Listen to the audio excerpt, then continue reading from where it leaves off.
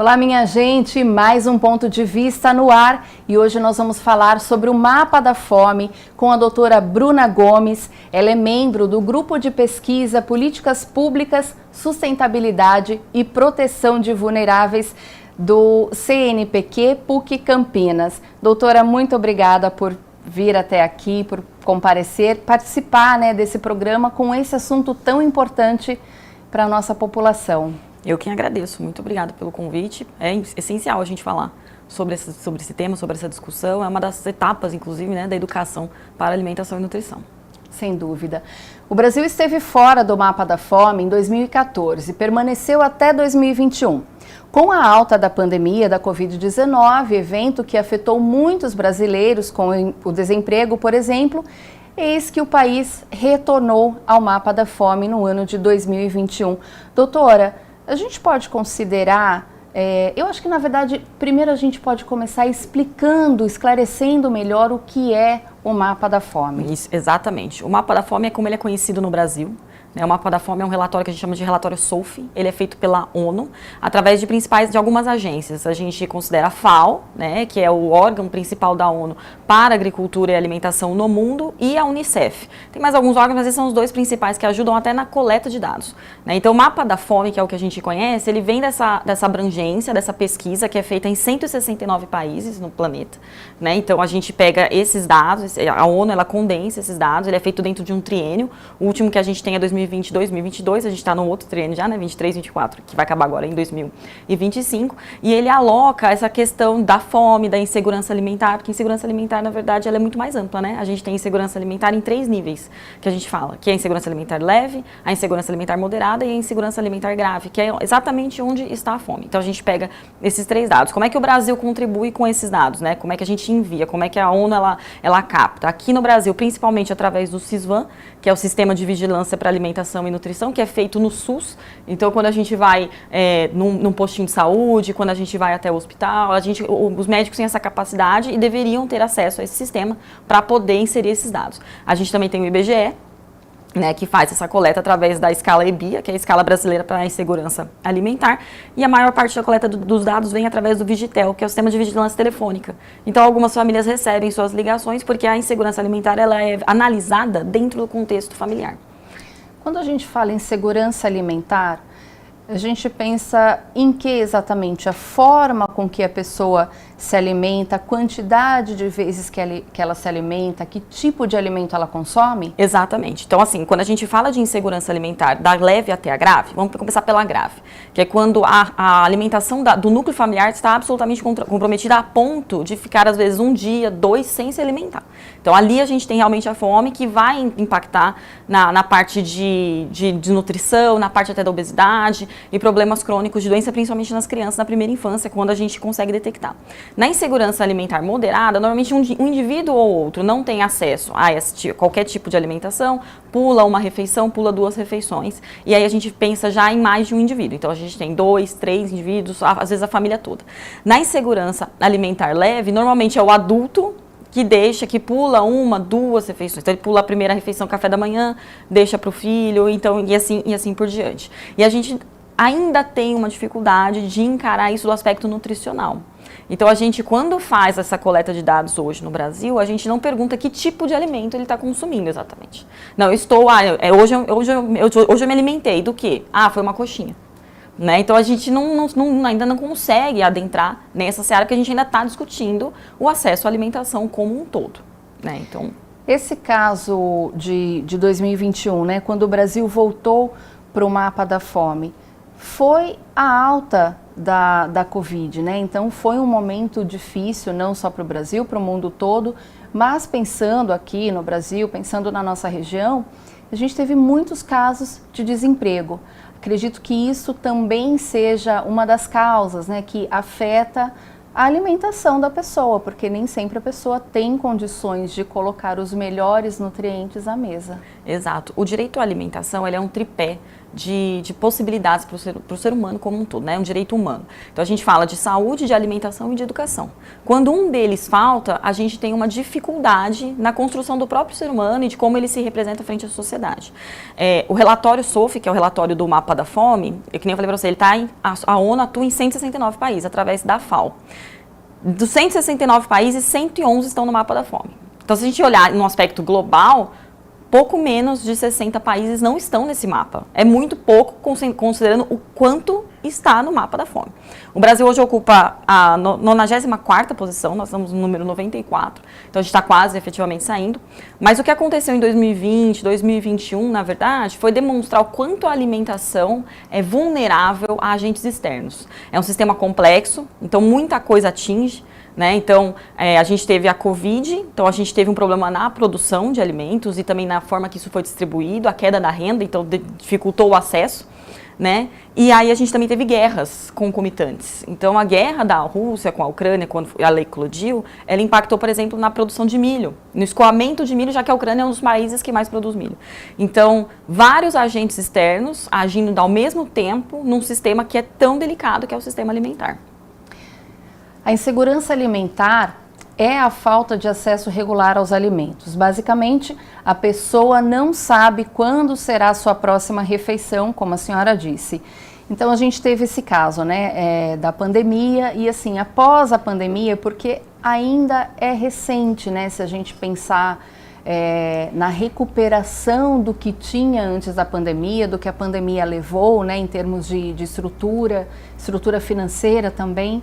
Então, será que ainda leva um tempo para o Brasil sair desse mapa da fome, se reestruturar? A gente já está em queda, né? A gente já está quase lá. A gente fala que para sair do mapa da fome o país tem que estar em 2,5 média móvel, abaixo do nível de fome na população mundial. A gente hoje está em 3,9.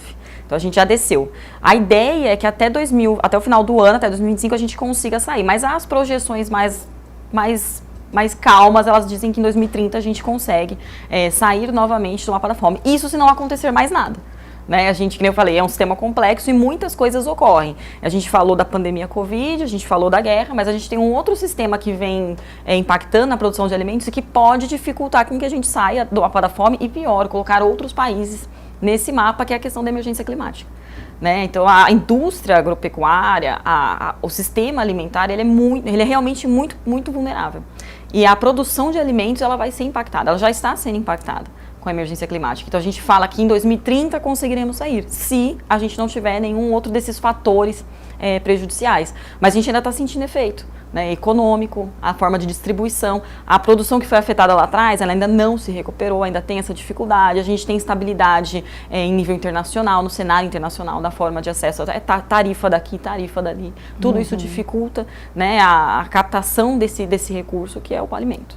A gente tem sentido essa questão da emergência climática no mercado, né, porque, por exemplo, a alta do café, em alguns períodos é o tomate, em outros é o arroz, as verduras. Então, tudo isso também acaba sendo um fator para esse mapa da fome, né? Porque as pessoas passam a não conseguir também comprar, até porque o produtor não consegue entregar esse alimento. Exato. Qual é a nossa dificuldade hoje em relação ao mapa da fome? A gente atinge a fome em si, a gente consegue, através de ações, combater a fome, que é o principal foco a nível federal, só que a gente não consegue efetivamente tirar a população do mapa da insegurança alimentar. Então eu tiro da fome, mas eu aloco em algum outro dos níveis de insegurança, seja leve, seja moderada. E aí, para ele voltar para o nível da fome, é muito rápido, não é muito mais fácil. Então a nossa dificuldade é essa hoje. Tirei da fome, ok, e agora? Vou trabalhar a questão nutricional? A gente ainda não consegue discutir a questão nutricional para o combate à fome e insegurança alimentar. Essa questão nutricional, ela atinge só as classes menos favorecidas, pessoas com salários mais reduzidos ou não? Porque às vezes eu tenho a impressão que, assim, é aquela questão, né? Às vezes na correria do dia, a pessoa prefere comer um biscoito, comer uma coxinha, Exato. Porque está mais rápido, porque está mais perto, e de fato, às vezes o valor é mais acessível. Então a pessoa vai nisso primeiro. A gente vem, acho que a primeira coisa que a gente tem que pensar é numa educação para alimentação e nutrição. Então a gente tem algumas iniciativas para que a gente comece a discutir isso nas escolas, né, em postos de saúde, a nível um pouco mais amplo, para que a gente possa primeiro rever a nossa relação com a comida. Né? Então a gente fala que o direito à alimentação ele entrou na nossa Constituição em 2010 só. É muito jovem, só que o Brasil discute desde 1940. Então, a gente tem pesquisas mais profundas sobre essa relação do indivíduo com comida. Esse é o primeiro ponto. O segundo é entender que a gente não escolhe mais nada. Né? Então, a gente vem numa ideia, numa teoria malthusiana de que eu preciso produzir muita comida porque eu tenho muita gente no planeta. E não é isso, na verdade. A nossa maior produção não é de alimento, não é de comida. A gente produz gênero, né? Que vai virar ração, que vai virar cosmético, vai virar combustível, uma infinidade de coisas, mas eu não consigo produzir efetivamente alimento que chega na mesa das famílias. Nisso eu favoreço a indústria, porque eu aumento a condição de ultraprocessado. E quanto mais valor eu agrego, mais barato fica o produto. Em contrapartida, eu estou produzindo menos comida. Né? A agricultura familiar está defasada, ela não tem fixação, ela não tem subsídio que efetivamente chegue até eles. Fica difícil essa competição. Nós comentamos aqui antes de começar o programa o quanto isso vem sendo mudado, né, no decorrer dos anos. Por exemplo, a questão da padaria, né? Antigamente, quase toda a esquina tinha uma padaria. Feira livre, por exemplo, a gente tinha toda semana em todos os bairros. Hoje essa realidade mudou. Mudou completamente. Eu sei que é difícil a gente às vezes olhar e falar assim, eu preciso me reconectar com a minha comida. Isso demanda tempo. E a gente vive numa sociedade imediatista, eu quero tudo rápido.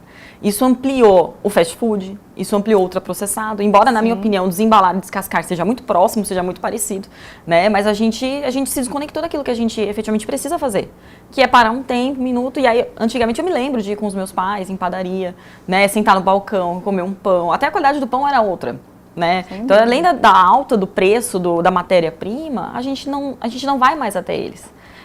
Na prática, você acaba abrindo espaço para que nessa nova dinâmica urbana, você tenha a prevalência de estabelecimentos que ofertam esse ultraprocessado muito mais rápido e num custo muito menor do alimento.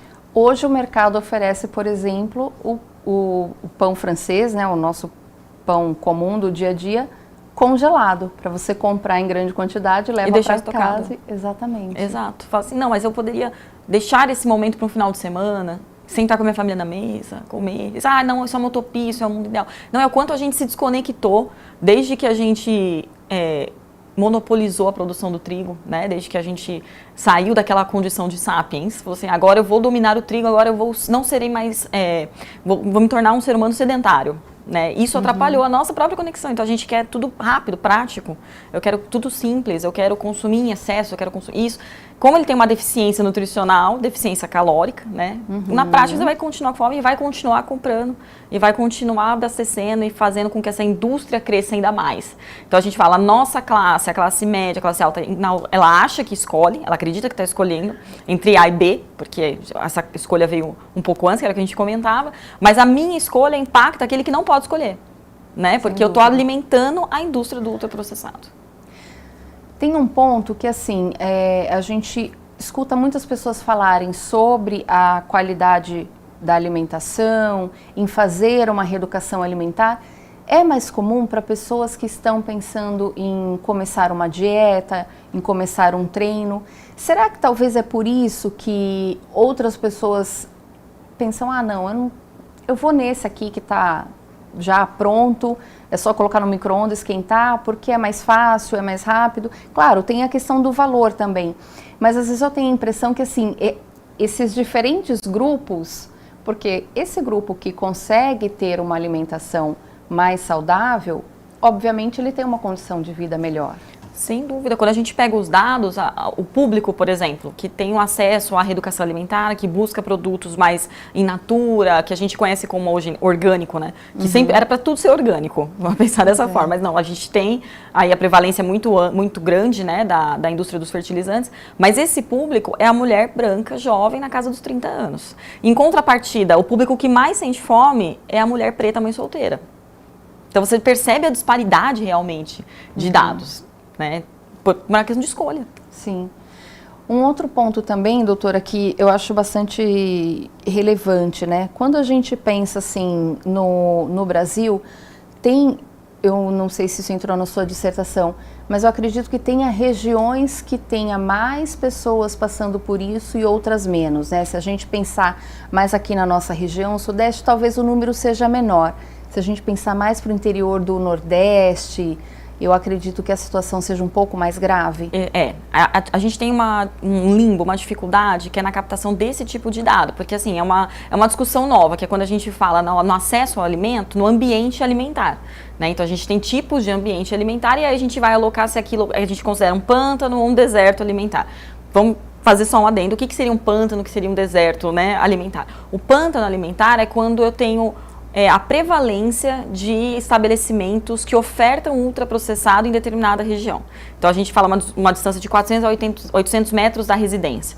Então, se tiver uma maior oferta de ultraprocessado em contrapartida a estabelecimentos que ofertem, né, produtos minimamente ou in natura, a gente considera uma região potencialmente de pântano alimentar. Deserto é quando eu não tenho nenhum tipo de estabelecimento para acesso alimentar. Isso dificulta porque a pessoa já tem a baixa renda, ela ainda tem que se deslocar mais ainda, gasto com transporte para conseguir chegar no alimento. Então a gente tem, por exemplo, aqui em Campinas a gente tem das 18 macro-regiões, 9 são consideradas pântano e deserto. Só que quando a gente olha a qualidade desse dado, a gente percebe que talvez possa ser muito maior o número, porque o dado quem coloca é o próprio estabelecimento. Então se você entrar em determinada rede de atacado, de varejo, e ela se colocar como eu vendo produtos in natura ou minimamente processados, ainda que seja um pedaço de gengibre, ela vai ser considerada um desses estabelecimentos. Se você às vezes olhar na prática e entrar no estabelecimento, não é bem assim, né? A gente tem algumas legislações, por exemplo, do direito do consumidor, que protege o consumidor daquela oferta agressiva de produto. Então, aquelas gôndolas cheias de doce perto da criança, né? Então, coloque num outro lugar, né? O tabaco, a bebida alcoólica, já um pouco mais distante. A gente sabe que na prática, quando eu sou como dona de casa, eu entro no estabelecimento e eu sei que não é real. Sim. Né? Você tem a legislação, mas você entra e você vê que não é. Então, a gente já começa da dificuldade da captação desse dado, para que daí a gente possa tomar partido e ter ações efetivas para mudar essa dinâmica. Mas é uma agenda de muitos conflitos de interesse, né? De como você vai produzir, de como você vai distribuir, de como o consumidor final vai acessar esse alimento. Isso que a gente nem chegou a falar da estabilidade, né? Que seria você efetivamente ter programas que estabilizem essas políticas de produção, de distribuição e de acesso para que eventos como Covid ou guerras ou emergência climática não impactem tanto na oferta do alimento. Quando a gente olha para essa situação, né, de pântanos, pântano alimentar, deserto alimentar, a gente tem essa questão do fast food, né, que é muito comum, cada vez mais comum, né, atrativo inclusive, né, eles vendem de uma forma muito atraente, mas é como a questão da coxinha que nós comentamos, nem sempre a pessoa vai consumir porque ela quer. Às vezes é a necessidade. Tá mais rápido. Tá mais rápido, tá mais prático, né? Não necessariamente mais barato, né? Em alguns casos acredito até que não, né? Dependendo da rede. Mas assim, é algo que interfere também, por exemplo, nos casos de obesidade, né? Alteração de peso. Isso tem afetado bastante o Brasil. Antigamente a gente pensava isso só nos Estados Unidos, é muito fast food, então tem muito obeso e tal, mas hoje no Brasil isso também é uma realidade, né? Também aumentou o número, é uma realidade mundial. Tem um núcleo de pesquisa na USP São Paulo, chamado PENS, que é Núcleo de Pesquisa em Nutrição e Saúde, e eles estudam uma coisa que a gente chama de sindemia global, que é uma aliança entre 3 eixos, que é a emergência climática, a obesidade e a desnutrição. A gente teve uma época que a gente achava que a desnutrição estava muito longe da obesidade, né? Falou assim, isso aqui não tem nada a ver, cada evento é único. Mas a gente já começou a perceber que eles estão interligados. Se aumenta a minha desnutrição, aumenta os meus fatores também de obesidade, porque eu estou falando do acesso ao nutriente. Então, se eu estou aumentando o fator de desnutrição, tem alguma coisa naquele acesso ao alimento e que ele não é localizado. Então, ele também vai impactar no fator obesidade. E a gente pensar, por exemplo, esse relatório SOF do Mapa da Fome, ele é um relatório bem amplo, que ele fala mais do que a fome só. E o relatório parcial de 2023 que eles elaboraram já demonstrou para a gente que o quanto a gente fatura, né, a nível mundial com a produção de alimentos da forma que a gente produz hoje é menor do que a gente gasta com saúde. Então, se eu estou ganhando na casa dos bilhões, eu estou gastando na casa dos trilhões pelo impacto dessa forma produtiva, do alimento que eu estou ofertando, do que os nossos consumidores estão acessando, com gastos em saúde. Hoje, 72% das mortes no mundo, elas são causadas por doenças crônicas não transmissíveis. E as 3 primeiras são hipertensão, diabetes e o câncer. Então, esses 3 primeiros estão diretamente ligados com o fator alimentar. Sem dúvida. Né? E assim, quando a gente fala, acho que é preciso separar, né? Quando a gente fala em nutrição, como a senhora disse, são nutrientes, alimentos que são favoráveis ao nosso organismo, importante para a nossa saúde. Não necessariamente comer, porque se eu comer um biscoito, se todo dia eu almoçar um biscoito, você não vai estar nutrida, você vai acabar impactando a sua saúde, vai impactar no sistema de saúde, porque você vai acabar por lá. Né? Não tem como você se dissociar disso daí. Eu falo aqui de biscoito, mas como nós falamos dessas redes, né, fast food, é importante a gente falar, né? Porque tem gente que comenta assim, mas o hambúrguer tem a carne, tem a salada, mas não necessariamente... Não, o problema da indústria de alimentos é o tanto de aditivo que a gente coloca, o tanto de coisas já que estão naquele rótulo, que também não é fácil de ler. Né? Então, a legislação sobre rotulagem, ela está melhorando agora, está evoluindo agora. Você não pode ter determinada informação na frente se aquela for uma informação falsa. Mas quem é que entende rótulo? Quem é que sabe ler rótulo? Daí que vem a parte de você realmente estudar para isso e conhecer o que você efetivamente tem. Então, o que a gente consome deveria consumir como comida, vem a maior parte da agricultura familiar. Quando eu falo de agricultura familiar, não estou falando do pequeno sítio, são grandes produtoras, às vezes, né? Mas elas têm um modo de produção sustentável, um modo que não impacta no meio ambiente, que gera emprego, né? Que fixa aquele produtor rural, efetivamente, no campo. Só que a produção deles é pequena. A gente, da porcentagem de terra no Brasil, 80% está na mão de oligopólios, monopólios. Né? Então, as grandes produtoras que produzem o que? Principalmente aqui no Brasil? Soja, cana-de-açúcar. Né? Então, é isso que a gente está produzindo. Isso sem contar da área que é destinada para o pasto, para o gado, que é aquele gado grande de abate e que vai para grande parte de exportação. O meu agricultor familiar, ele está em pouco mais de 20%, 30% da porcentagem de terra para produzir mais de 80% do abastecimento de comida, efetivamente, pensar em alimento. E ainda vou acessar o fato de que a gente não conhece tudo que a gente tem de comestível. A gente consome só 700 espécies aproximadamente, entre plantas e animais. É muito pouco perto do tanto de espécies que a gente tem, mais de 2.000. Então a gente precisa se reconectar, conhecer o que tem, o que não tem e começar a divulgar isso. E entender que nem sempre também, aquele determinado profissional que tem o conhecimento me passou, então aquilo é bom. Teve uma época que a gente teve o boom da quinua. Tudo era quinua, vamos consumir a quinua. Só pra gente entender como a gente acaba, uma escolha impacta na outra. Tudo era quinua. Então você ia num profissional habilitado, um nutricionista, e as nutricionistas falavam, não, quinua é bom, vamos colocar nessas dietas, daquela margem, né, de pessoas que podem escolher. Só que a quinua o Brasil não produz. A gente não produz, não é nossa, né, e ela é muito próxima, é um tipo de grão. A gente tem o arroz, vários tipos de arroz. Então o que a gente começou a fazer? Vamos começar a exportar de um país que produz, que no caso era a Bolívia. Na Bolívia, aquilo é um produto, é tipo o arroz, para eles é o nosso arroz. Então é aquela economia diária, é consumo diário. Só que como ficou mais vantajoso vender, já que eu estava exportando, o câmbio é dólar, é uma commodity, né? A produção agrícola é uma commodity. Eles começaram a vender. O que aconteceu? O povo boliviano começou a passar fome. Aí para eles teve um impacto significativo, porque eu acreditei aqui no Brasil que a quinua era essencial e eu não poderia viver sem ela. Sendo que tem algo parecido. Né, eu posso ajustar dentro. Então, assim, a educação para alimentação e nutrição hoje, ela é essencial para a gente entender o fator nutritivo. Será que eu preciso disso daqui? O açúcar, ele é viciante. Né, os aditivos são viciantes, mas eles também são potencialmente cancerígenos. Eles causam obesidade, causam desnutrição, desequilibram o corpo como um todo. E, no final das contas, é a gente mesmo quem acaba pagando o preço. E essa questão, né, do açúcar ser viciante... Agora, com essa situação, com o preço do café, as pessoas têm comentado isso, né? E agora? Eu vou ter que tomar o café sem açúcar. Mas, né, agora é o café que tá... Porque tem horas que é o açúcar que tá mais caro. Não, mas agora é o café que tá caro. E aí, como é que...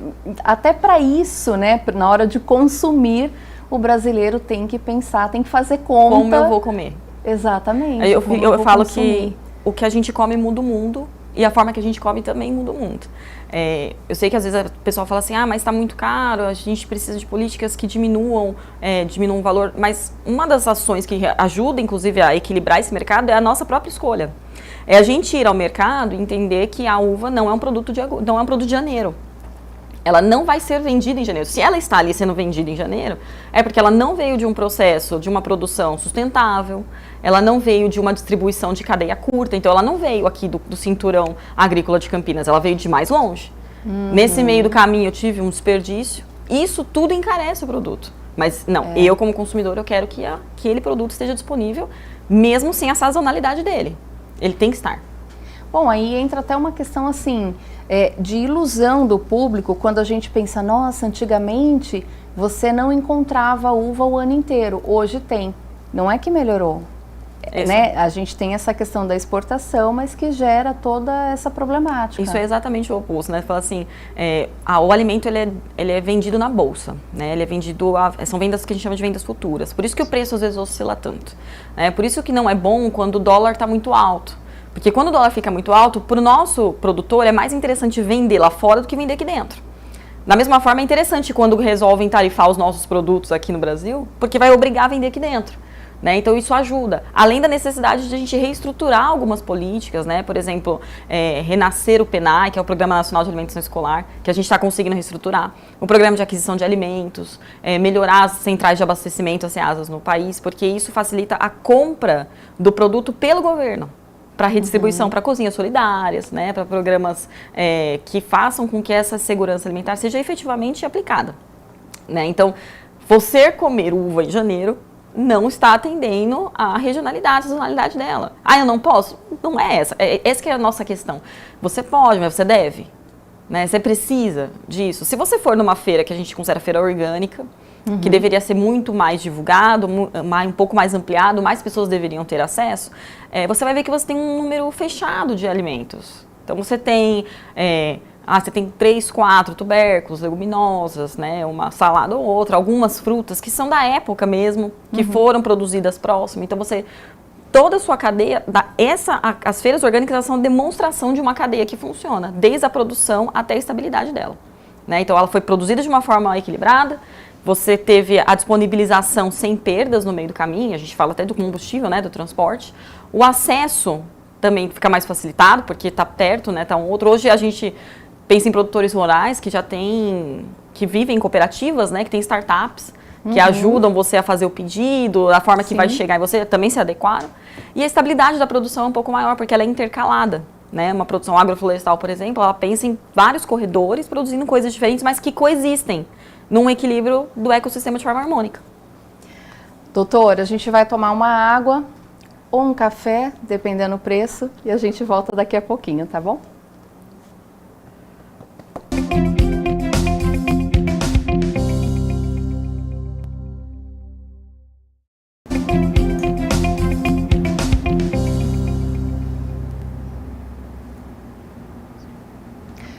Voltamos com mais um ponto de vista. O assunto deste programa é o mapa da fome, toda a questão alimentar que envolve o nosso país, que envolve o mundo todo, mas a gente está pensando aqui no nosso país, na nossa região, né, doutora Bruna? Exatamente. Eu tive a oportunidade em 2023, de participar da Conferência Municipal de Segurança Alimentar que aconteceu aqui em Campinas. As conferências, elas são jornadas, então a gente, para criar políticas efetivas e descobrir o que precisa no Brasil para combater a fome, para tratar a segurança alimentar e nutricional de forma ampla, a gente faz pequenas conferências. Então a gente faz primeiro uma conferência municipal, todos os municípios que possuem o órgão que a gente chama de CONSEA, né, que é o Conselho de Segurança Alimentar. Campinas sempre foi um pioneiro em políticas desse sentido. E aí esses municípios passa a ser uma rodada regional, então depois a gente faz a nível estadual, né? Cada estado faz o seu, e depois uma de nível federal. Nessas conferências vão sendo construídas propostas, né? Então a gente tem ampla participação da sociedade civil, membros do Ministério Público, membros dos órgãos públicos, para ajudarem nessas propostas. Por que ela é importante? Porque a gente vislumbra, né? A gente visualiza quais são os problemas, quais são as deficiências, partindo de 3 eixos. né? Equipamento público, saúde, nutrição, daí a gente vai construindo. Então você começa a visualizar quais são os principais deficiências para aí você construir um projeto. Então a gente fala, por exemplo, o combate à fome aqui no Brasil, a gente tem um projeto grande, ele não foi construído à toa, sozinho, são pequenas políticas que vão se somando. Né, algumas delas nasceram inclusive aqui no município de Campinas, né? A gente tem pesquisadores na Unicamp que tentam fazer essa construção. E a gente percebe em Campinas quais são as principais dificuldades. Talvez a maior de todas, a maior reclamação que a gente precisa discutir é a questão da agricultura familiar, né? Da gente facilitar. A gente tem a nível federal o PRONAF, que é o Programa Nacional de Agricultura Familiar, que tem incentivo, que tem subsídio. Na prática, a gente tem essa dificuldade. Será que eu tenho acesso? Será que ele foi feito da melhor forma a se construir mesmo? Quem tem o acesso à terra? A gente fala em regularização fundiária, né? A gente fala em melhorar essa fatia, de melhorar esse fator produtivo. Então a gente consegue, através dessas conferências, visualizar essa situação e entender como está a minha atual cadeia produtiva. Porque a gente não pode pensar fatiado, mas também é difícil você pensar de forma globalizada, principalmente pensando num país como o Brasil, com as dimensões que possui e com as particularidades que possui. Então, será que a minha política no Nordeste é igual a minha política no Sul? Por óbvio que não, né? Então, eu não consigo produzir a mesma coisa lá e nem deveria. A nossa dificuldade é que a gente acaba tentando atender principalmente o mercado externo e aí a gente produz coisas que interessem para o mercado externo. Mas aí você fica com um problema dentro de casa, né? Exatamente. Porque vai pensar na venda, obviamente, no que vai lucrar com essa exportação e aí dentro de casa a gente passa a ter problemas que, inclusive, eu acredito que vem impactar na saúde, por exemplo. Exato. Né? A oferta de alimentos já está comprometida. A gente tem um comprometimento significativo da oferta de alimentos, do quanto eu tenho e do quanto ele custa, né? E a produção também acaba impactando na qualidade do alimento. Então, a gente lá atrás, quando a gente criou a engenharia de alimentos, ela tinha uma ideia, que era o quê? Produzir melhor. Não era produzir mais. A ideia inicial de uma faculdade de engenharia de alimentos é produzir melhor. Com investimentos de indústrias interessadas, por exemplo, uma indústria que investe muito pesado em engenharia de alimentos é a indústria farmacêutica. E aí a gente cria o transgênico. E por que a indústria farmacêutica investe tanto dinheiro? Porque ela é uma das principais produtoras de fertilizante. Então eu preciso de alimentos mais resistentes. Mas ao quê? Hoje não é mais resistente ao ambiente externo, é resistente ao próprio fertilizante. Sim. Só que ele entra de uma forma na molécula que ela altera a molécula do alimento. Então acaba tendo essa dificuldade. Mas como é que eu vou sair de uma indústria de fertilizantes? Vamos então colocar aí os bioinsumos, né, uma agricultura mais equilibrada. Mas o meu produtor local, ele vai competir com uma grande fazenda do lado dele que pulveriza esse fertilizante. Para ele é difícil competir, porque ele não produz tanto, não vai conseguir, é impossível produzir. Além do fato daquele fertilizante alterar o equilíbrio dele mesmo. Foi o que aconteceu com as abelhas recentemente, que a gente viu no Mato Grosso. Então você vê como é complexo o sistema alimentar. Uma ação de um determinado tipo de produtor vai impactar no outro de forma direta, mas por uma ação indireta. Qual seria, acho que as principais soluções para a gente melhorar, para a gente, não só pensando em sair do mapa, é claro que isso é importante, mas em ter uma alimentação mais saudável para todos? A gente precisa que os gestores olhem para a segurança alimentar e nutricional de forma global. A minha principal crítica até hoje é que o sistema de alimentação não possui um órgão próprio. Não existe um Ministério da Alimentação, não existe uma secretaria. Normalmente elas são encaixadas em determinados órgãos. Se a gente pensar no ministro Wellington Dias, que é o ministro da Assistência Social, da Família e do Combate à Fome, a fome está na assistência social. Então a gente vai alocando. Uma hora está na assistência social, outra hora a gente tem políticas do Ministério da Agricultura e Pecuária. Né? Então você vê que ela atende a interesses diversos. Aí você tem gestões antagônicas, gestões que vão atender determinados tipos. Isso impacta até na forma que os outros olham para o combate à fome. Será que determinados tipos de população realmente acham que precisa combater a fome? Assim, eu não estou no mapa da fome. Por que há essa política pública? Por que isso aqui existe? Isso aqui não precisa. Mas precisa porque atinge a gente. Então, primeiro a gente precisa olhar isso. Sim. Depois a gente precisa fazer essa gestão pensando no que a gente chama de pilares. Porque a segurança alimentar tem 4 pilares. Que é o pilar da produção, o pilar da distribuição, o pilar do acesso e o pilar da estabilidade. A estabilidade, o último, ele serve para deixar esses 3 de uma forma alinhada, que eles não não sofram tanto, né? Não sejam tão impactados. Quando a gente pensa na produção, a gente pensa na produção na escala global mesmo. Então, qual alimento eu vou produzir, de que forma eu vou produzir e como eu vou incentivar uma transição. A gente tem uma forma produtiva que ela não se sustenta mais. Por mais que a gente gostaria que ela se permanecer, ela não se sustenta mais por diversas razões. A indústria agropecuária, ela é a terceira indústria que mais polui no planeta. Ela fica só atrás da de combustíveis fósseis e da têxtil. Só que qual que é a diferença da indústria agropecuária para essas outras duas? É que os efeitos dessa poluição, elas voltam diretamente contra ela. O que não acontece na de combustível fóssil não acontece na têxtil. A agropecuária, ela polui muito, em todas as suas escalas, na forma produtiva, só que o que ela causa volta contra ela, então afeta a própria produção dela. Mas aí ela investe ainda mais em fertilizante, na forma menos sustentável possível que a gente fala. Então, por que a indústria agropecuária polui? Porque ela desmata. A gente tem a produção de fertilizantes, que não é uma produção, digamos assim, limpa. É uma produção, a maioria delas vem de próprio combustível fóssil, da exploração. Né? Então, não é limpa, a gente acaba desmatando. A gente produz de uma forma que empobrece o solo, empobrece o nutriente. Então, embora eu tenha uma produção ampla e que se retroalimenta, ela não é sustentável. Então, a primeira coisa, o primeiro olhar que a gente tem que voltar é a forma produtiva. Então, a gente precisa pensar numa transição de produção, sair dessa alimentação por fertilizantes químicos e passar para uma produção pelo menos poluente. Esse é o primeiro aspecto, né, essencial.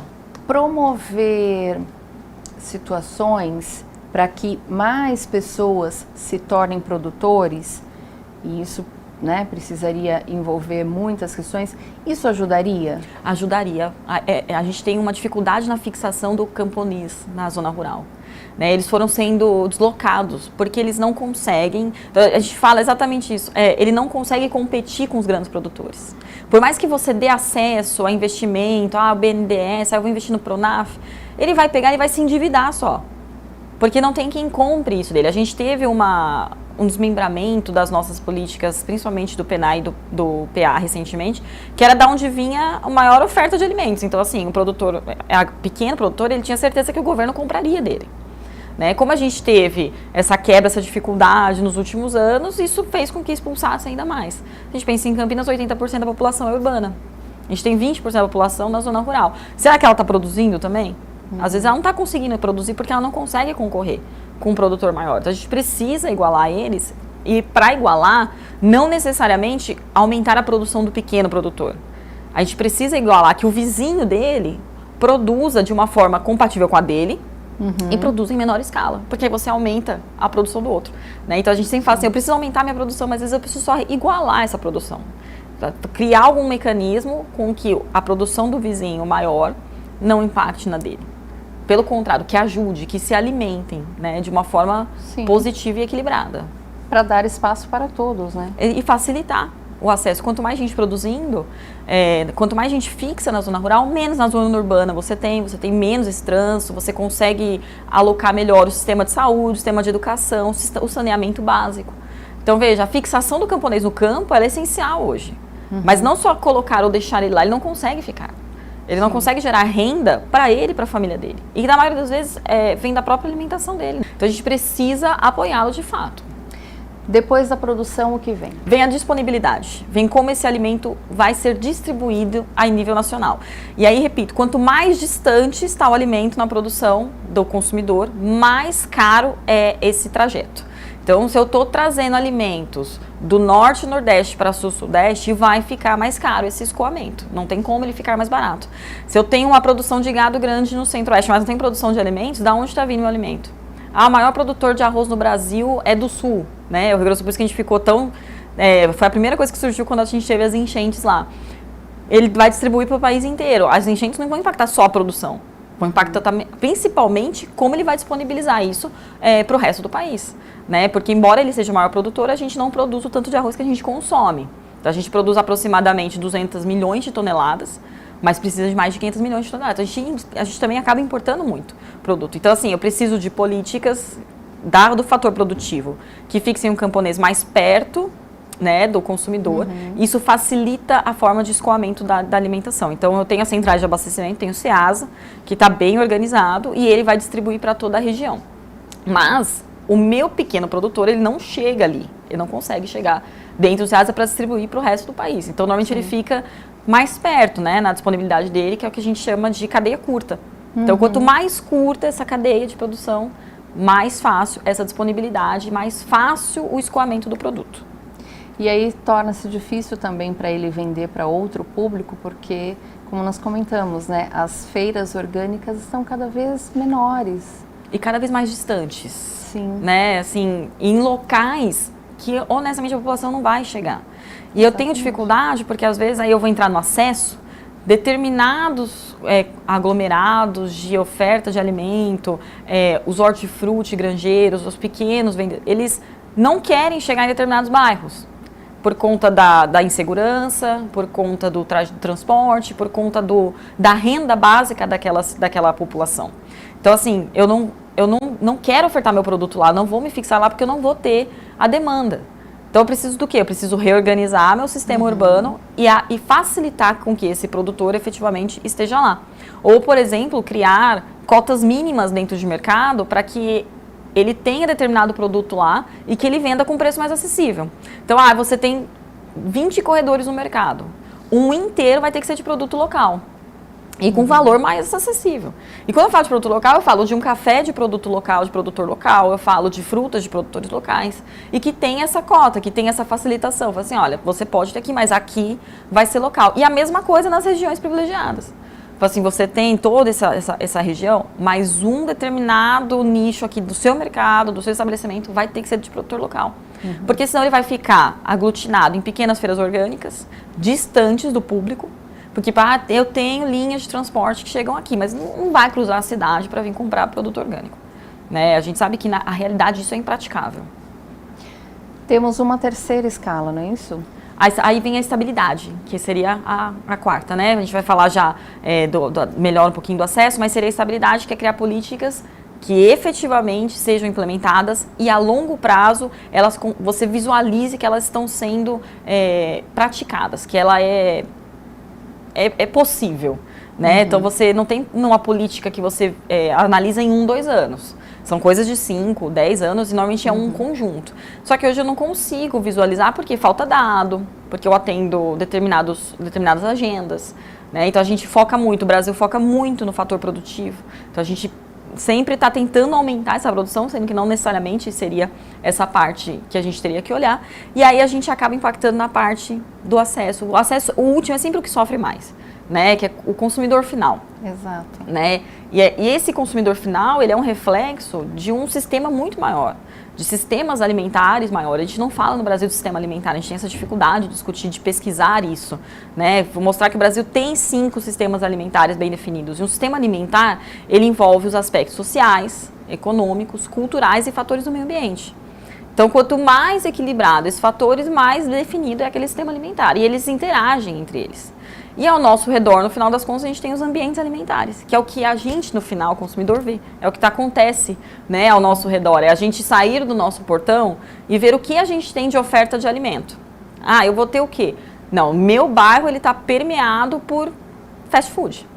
Então, se eu pegar uma avenida de fora a fora, eu vou ver todas as gigantes, todas as grandes marcas, mas não vou ver mais uma pequena mercearia, não vou ver mais as pequenas padarias resistem. É difícil você ver, mas às vezes você consegue encontrar. Mas assim, antes era a maioria, porque a oferta de produto era maior ao nosso redor. E isso tem acontecido cada vez mais, né? Assim, mais oportunidades para abrir um fast food, uma loja de conveniência.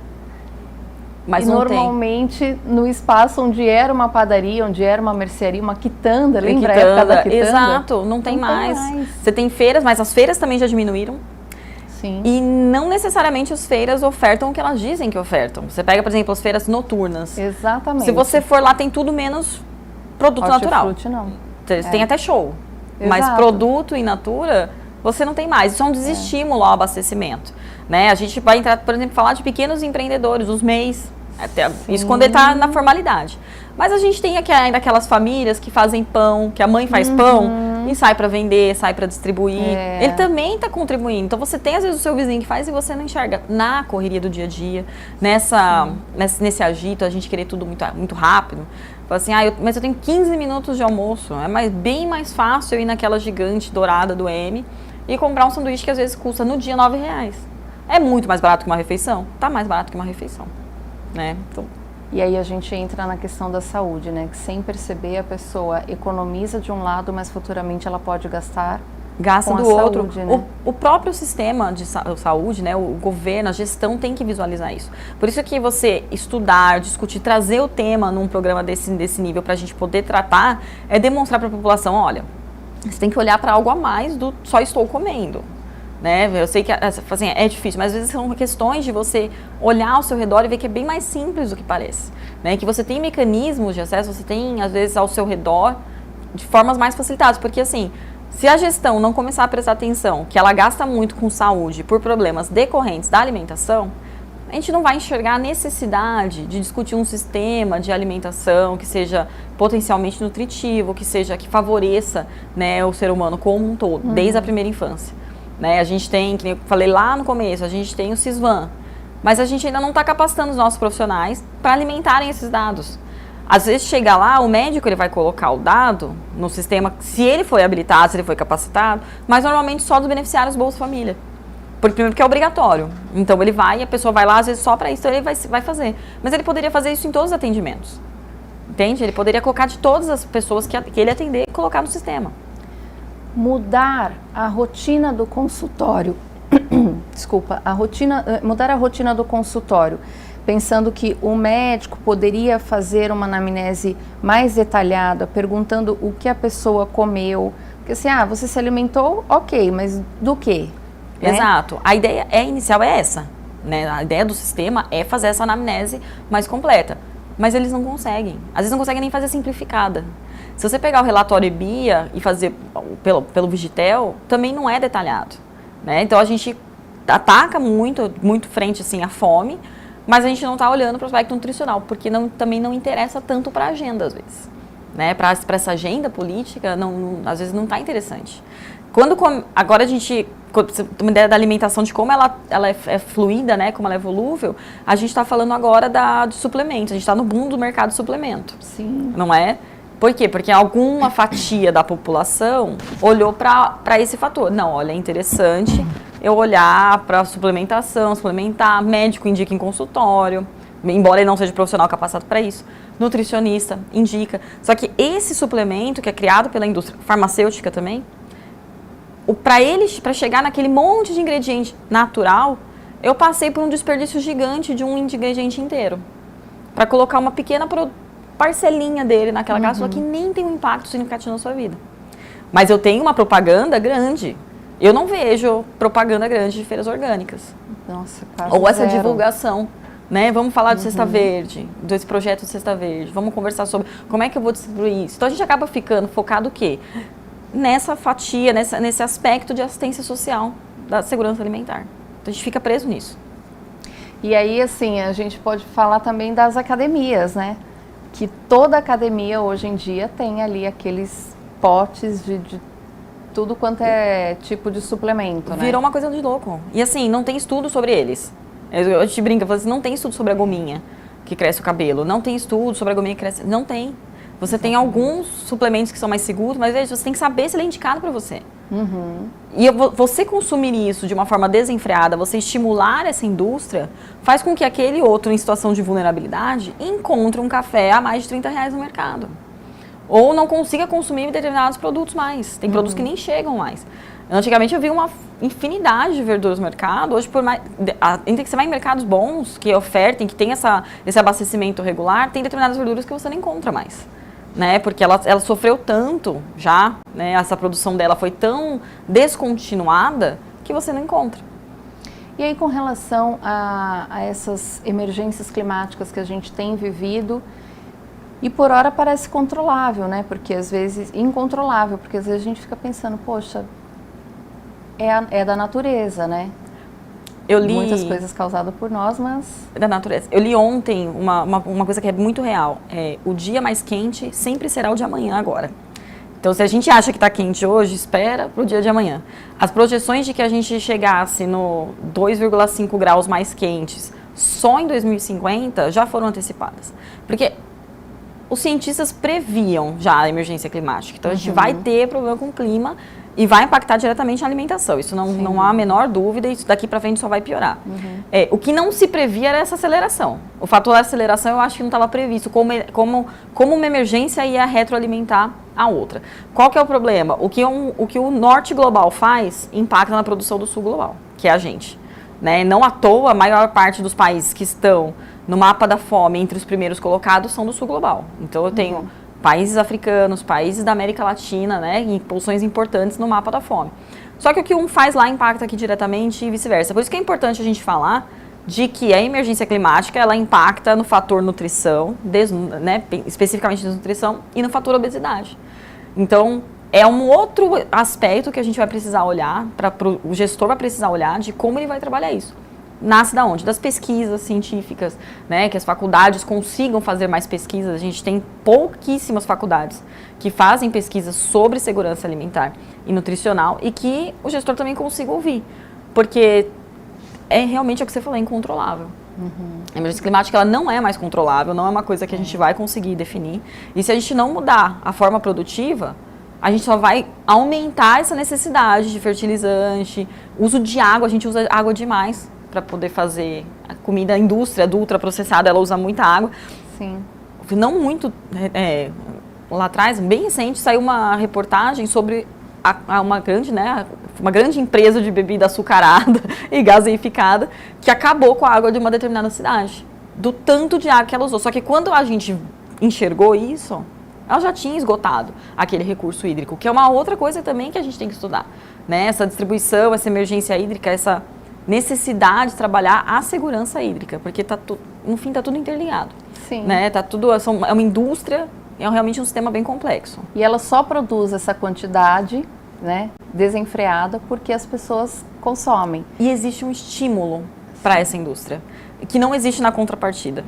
Então, realmente, quando a gente olha, que a gente fala que é uma agenda de conflito, a gente, às vezes, não tem determinadas ações no campo de segurança alimentar e nutricional, porque nós estamos atendendo outros interesses que não da segurança alimentar e nutricional.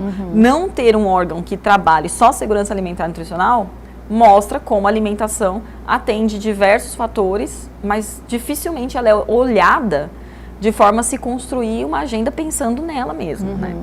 Que deveria ter, né, esse olhar pensando mais na saúde da população, né? Sim, vamos olhar para a alimentação como alimentação primeiro. Depois eu olho a alimentação como commodity, né? Como esse produto tão caro no cenário internacional, né? Que é essa negociação em bolsa de valores. Né? Quando você começou a transformar, olhar para a alimentação, antes de mais nada, como moeda, né? Como pagamento, a partir daquele momento você começou a enxergar o impacto diretamente no consumidor final, que somos nós somos pequenos para a indústria de alimentos. Então a gente é o último elo, vai ter alguém, vai chegar até você. Mas como vai chegar? E o pior, o que está chegando pra gente? O que vai chegar, né? E nem é tão barato ali que a gente daquele paga. Pacote, né? O que tem ali, o que você está pagando, né? Às vezes você consome, às vezes você compra, você paga caro num pacote de arroz, quando você abre, você já percebe que ele já não tem a qualidade que era antes. Você está quebrado, né? Às vezes ele já não é aquele tipo 1, tipo 2, você nem sabe mais que tipo que é. O café já não é mais café, você paga caro por um café que quando você bebe, tem gosto queimado, por isso a gente investe no açúcar, né? Porque você ter que tomar sem açúcar é você ser confrontado com a realidade. Pelo amor de Deus. Assim, este café não é bom, eu estou pagando caro por uma coisa que não é mais boa. E aí você dá voz. Quando você dá voz, quando você educa a população para isso, você dá voz para ela, fica difícil depois você controlá-la. Que é nesse ponto que a gente tem que chegar. É o cidadão saber entender o que ele está consumindo, entender que ele não tem que entrar em determinado estabelecimento, porque não vai ter, por mais que aquele estabelecimento diga: eu vendo produtos minimamente processados ou in natura. In natura você vai encontrar na feira. Se você teve que ir até o mercado, já percebe que você vai encher mais o seu armário do que a sua geladeira. Porque é mais barato. Doutora, e como que a sociedade civil, como a gente pode cooperar para mudar essa realidade, para melhorar essa situação? Efetivamente, para tirar o povo do mapa da fome, para tirar o Brasil do mapa da fome, é a sociedade civil quem colabora. né? Então, as ações do governo, em termos de políticas públicas, elas atingem numa escala muito maior. Mas quando eu olho para pequenos grupos vulneráveis, é a sociedade civil que ajuda, né? Ela tem que estar, primeiro, organizada. Eu falo que, assim, a maior sociedade civil hoje é a menos organizada, que é a de consumidor. O consumidor, ele é uma sociedade gigante, mas ele não se organiza. Então, a primeira coisa é, a sociedade civil, ela ajuda. Ajuda com doações, ajuda com estímulo, com a fixação do camponês no campo. Quando eu consigo colocar. Por exemplo, a gente tem uma cooperativa, acho que é o Vale das Garças aqui em Campinas, que agora tem essa ideia de você ajudar o produtor rural.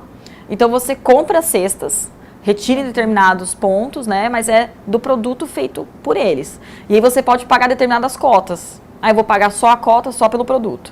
Ou eu vou pagar essa cota mais um valor para também ajudar no salário do produtor rural. E eu vou, mas eu vou pagar mais um pouco ainda para ajudar num fundo para eles, caso tenha alguma emergência, caso tenha algum problema.